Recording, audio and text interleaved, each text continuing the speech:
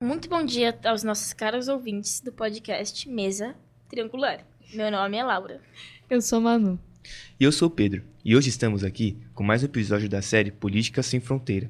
E vamos falar de um tópico bastante interessante, que se concretizou recentemente, mas vem de um processo político e territorial muito antigo, que é o ultranacionalismo indiano, predominantemente hindu, que começou a ganhar muita força no fim da década de 90 e segue de pé aí, mobilizando uma quantidade enorme de gente.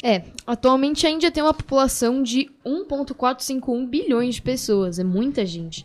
Mesmo considerando que está havendo aí um pequeno declínio no apoio ao partido que está promovendo o ultranacionalismo hindu, já que nas eleições de 2024 eles tiveram mais ou menos 36% dos votos, que é bastante ainda, mas nas de 2019 tiveram 37,36%. Mas antes da gente se aprofundar nesse processo, deixem um like aqui e se inscrevam no nosso canal para acompanhar todos os episódios da série Política Sem Fronteiras. Tem podcast novo toda terça-feira à noite para você aproveitar cozinhando, tomando banho, desenhando e até dormindo. Agora sim, sem mais delongas, solta a vinheta.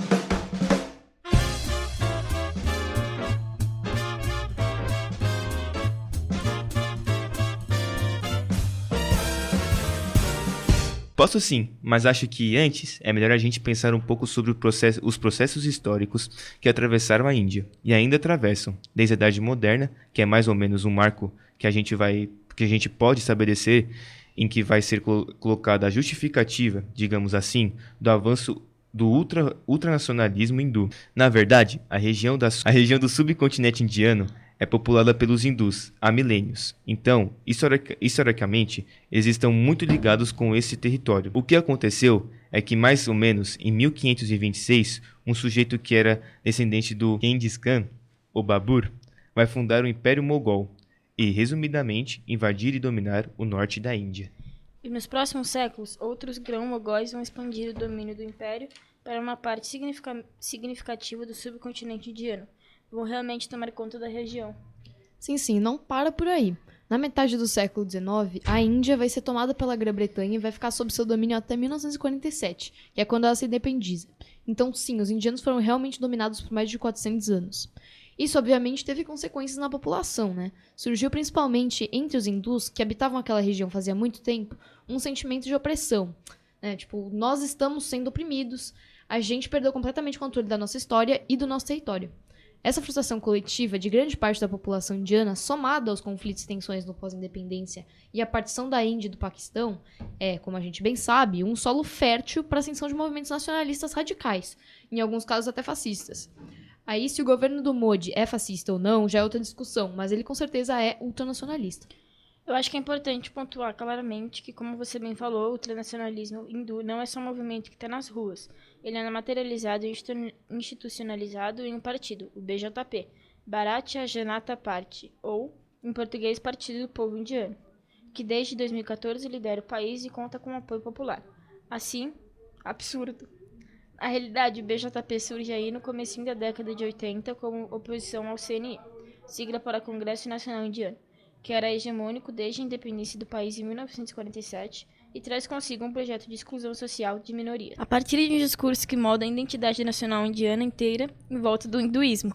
Não, e é muito louco que, a princípio, a Narendra Modi, que é aí a liderança, o porta-voz do BJP, fez e faz campanhas anti-elitistas e anticorrupção muito fortes, sendo ele mesmo alguém que na casta relativamente baixa e é, portanto, visto como uma pessoa muito trabalhadora e empenhada, que tem a missão de salvar, de certa forma, o povo indiano. Então sim, ele é um primeiro-ministro que é populista mesmo.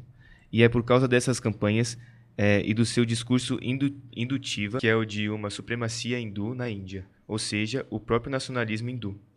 E ele é considerado quase um semideus mesmo. Você ouve os discursos dele e realmente ele tem uma presença assim formidável, um jeito de falar que emana autoconfiança. Ele discursa com potência, com assertividade. E esse comportamento, somado à sua origem humilde, somado às suas campanhas anticorrupção e uma ideologia que basicamente cria um inimigo comum, que é o muçulmano, e o exclui da ideia de progresso da Índia, conquistou uma quantidade ridícula de seguidores. Ele tem cerca de 70% de aprovação do povo indiano. Acho que é bom a gente até voltar um pouco nesse debate para entender melhor a parte do nacionalismo hindu em si, porque ele é realmente a característica que mais importante e perigosa do governo do Modi, né? O Hindutva, que é o nome dado a esse movimento, esse discurso, ele difunde o pensamento de que o hinduísmo é a religião superior. Então, lideranças do BJP, por exemplo, vão sempre enaltecer o hinduísmo em seus discursos e falas. E ele liga essa identidade religiosa com o país Índia. De uma certa forma, ele coloca o hindu e indiano quase como sinônimos, no sentido de todos os indianos são hindus e vice-versa, o que não condiz nem um pouco com a realidade, já que a Índia tem uma pluralidade enorme em termos de religião, etnias, culturas, línguas e tudo mais. Então, a partir desse discurso, se constrói todo um comportamento e visão violenta sobre indivíduos que não se encaixam nesse padrão hindu, principalmente os muçulmanos. Constituem cerca de 13% da população indiana, aproximadamente 185 milhões de pessoas, é uma parcela significativa. Sob a justificativa de que eles, de certa forma, diminuíram os hindus durante o domínio do Império Mogol. Mas essa exaltação do hinduísmo nem é a pior parte. Muitos hindus, digamos ressentidos, diante de uma política obviamente excludente e islamofóbica, que fica clara quando a gente olha a CAA, que é a Lei de Emenda da Cidadania, por exemplo, que é uma lei que oferece cidadania indiana só para estrangeiros não muçulmanos de países vizinhos. Eles se sentem, esses hindus, no poder de se comportar de maneira extremamente agressiva com a população islâmica, especialmente por meio de linchamentos, destruição de mesquitas e outros crimes de ódio. E o número desses crimes vem aumentando desde que o Modi entrou para o cargo de primeiro-ministro. Isso é fato. Em 2015, teve um caso de linchamento que ocorreu com um homem indiano muçulmano chamado Mohammed Akhlaq, cuja família foi acusada de ter matado e comido uma vaca, animal sagrado para os hindus. O irmão de Akhlaq deu uma entrevista no passado para a Folha de São Paulo, em que ele explica a história por trás do acontecimento. Diz a história que foram encontrados restos bovinos perto de um transformador elétrico da vila em que a vítima morava, e que houve uma reunião da vizinhança para tentar desvendar quem tinha abatido o bicho. Como a família do Akhlaq era a única muçulmana no vilarejo, eles foram aí acusados de terem matado a vaca. Pelo que se sabe, um grupo de mais ou menos 15 homens invadiram a casa de Akhlaq às 10h30 da noite do mesmo dia e apedrejaram ele e a mãe de 75 anos dele e seu filho. O Akhlaq faleceu pouco tempo depois de ser socorrido e seu filho de 22 anos ficou em estado grave e teve de passar por diversas cirurgias após ser violentado. Então, o que a gente vê hoje na Índia é, de fato, uma degradação da democracia que está sendo promovida diretamente pelo Modi, seja por políticas islamofóbicas, como a descrita no CAA, pela falta de reconhecimento e punição de hindus que cometeram crimes de ódio contra muçulmanos, ou pela nova onda de censura delicada que está sendo tomando conta dos assuntos referentes ao país, como as críticas violentas a livros didáticos de história, geografia e sociologia que tratam do hinduísmo. Acho que a gente até pode ligar o novo governo do BJP nem tão novo, né? Já que o Modi está no terceiro mandato agora, com algumas características do fascismo mesmo.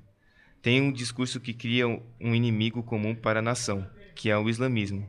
Tem uma mobilização uniformizada do sentido de rancor da classe baixa e média para criar desordem. Tem uma exaltação do passado, nesse caso, a Índia antiga, e tem um nacionalismo exacerbado. Não dizendo que a Índia é um país fascista, mas está surgindo, sim, um movimento extremista que desafia os direitos humanos. E eu acho que essa situação chama por ação coletiva. A gente já está vendo uma leve queda na aceitação do governo do BJP, e acho que isso é um bom começo.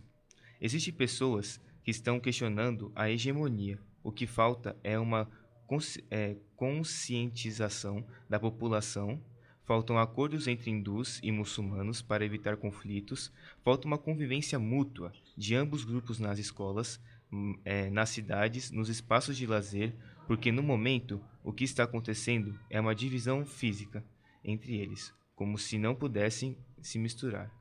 Eu concordo. Acho que falta uma aceitação ensinada desde cedo para as crianças de que os conflitos entre o Império Mogol e os hindus são parte do passado, de que para evitar conflitos graves no cotidiano, o primeiro passo é a comunicação. Acho que essa é a mensagem que queremos deixar para nossos caros ouvintes. A comunicação é a chave para a felicidade. Conversem, discutem, debatem com seus colegas, questionem. E como sempre, uma boa noite a todos.